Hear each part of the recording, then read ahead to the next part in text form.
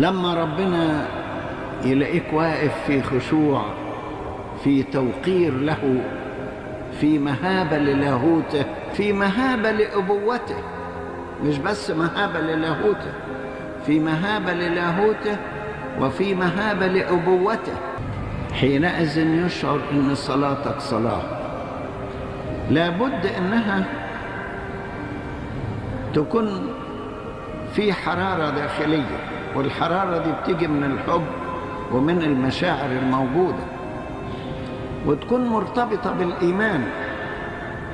أنا عايز أضرب لكم مثل بسيط، يعني مكسوف أقوله لكن عايز أقوله بس. أدينا كل سنة بنجتمع وبنصلي من أجل وحدة الكنيسة. بنصلي إيه؟ من أجل وحدة الكنيسة، ووحدة الكنيسة ما تمتش. ليه؟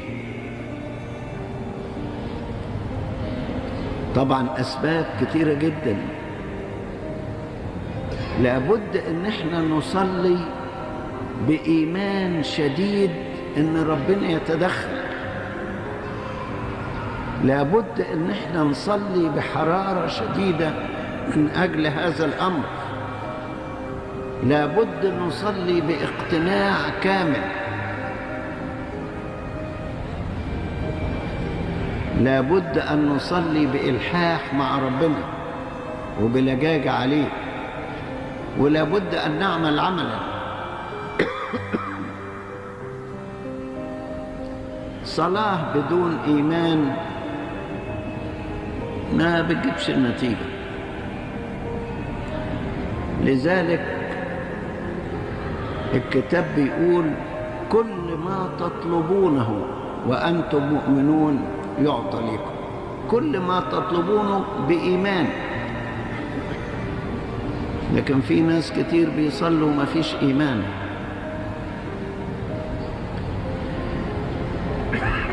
علشان صلاتك تبقى صلاة وتشعر بوجود ربنا، لابد أن تكون صلاة مملوءة بالخشوع. تشعر أنك واقف أمام ملك الملوك ورب الأرباب. تشعر أنك واقف أمام الخالق الذي خلقك من تراب. تشعر أنك واقف أمام القدوس الذي تنكشف خطاياك أمامه. تشعر أنك أنت واقف كما لو كنت أمام لهيب نار. تشعر أنك واقف أمام